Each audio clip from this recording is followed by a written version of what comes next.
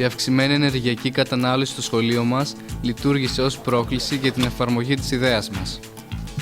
Μέσω της εφαρμογής STEM προσπαθήσαμε να λύσουμε το πρόβλημα στηριζόμενοι στο τρίπτυχο βιωσιμότητα, χαμηλό κόστος και ανθεκτικότητα.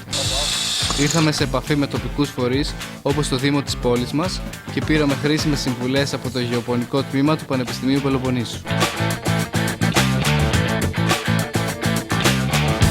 Η κατασκευή στηρίζεται στην τοποθέτηση ειδικών μεμβρανών.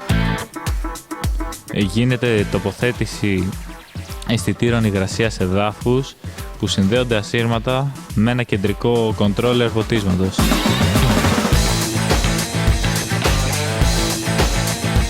Μέσω των υφιστάμενων υδροροών γίνεται αποστράγγιση. Ο αυτοματισμός γίνεται μέσω προγραμματισμού πλακέτας Android.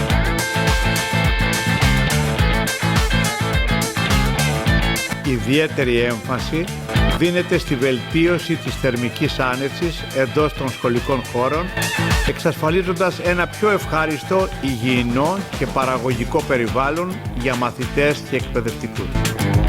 Επιπλέον, η σχολική κοινότητα εισάγει πρωτοβουλίες όπως η καλλιέργεια καλοπιστικών φυτών και βοτάνων, τα οποία θα πωλούνται στην ετήσια θερινή γιορτή του σχολείου μας, ενισχύοντας τα οικονομικά έσοδά του.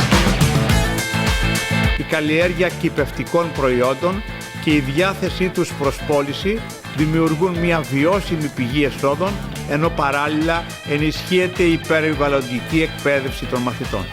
Με αυτές τις καινοτόμες πρωτοβουλίες, το σχολείο μας πρωτοπορεί, συνδυάζοντας την οικολογική ευαισθησία με την οικονομική διαχείριση και τη βελτίωση της καθημερινότητας της εκπαιδευτικής κοινότητας.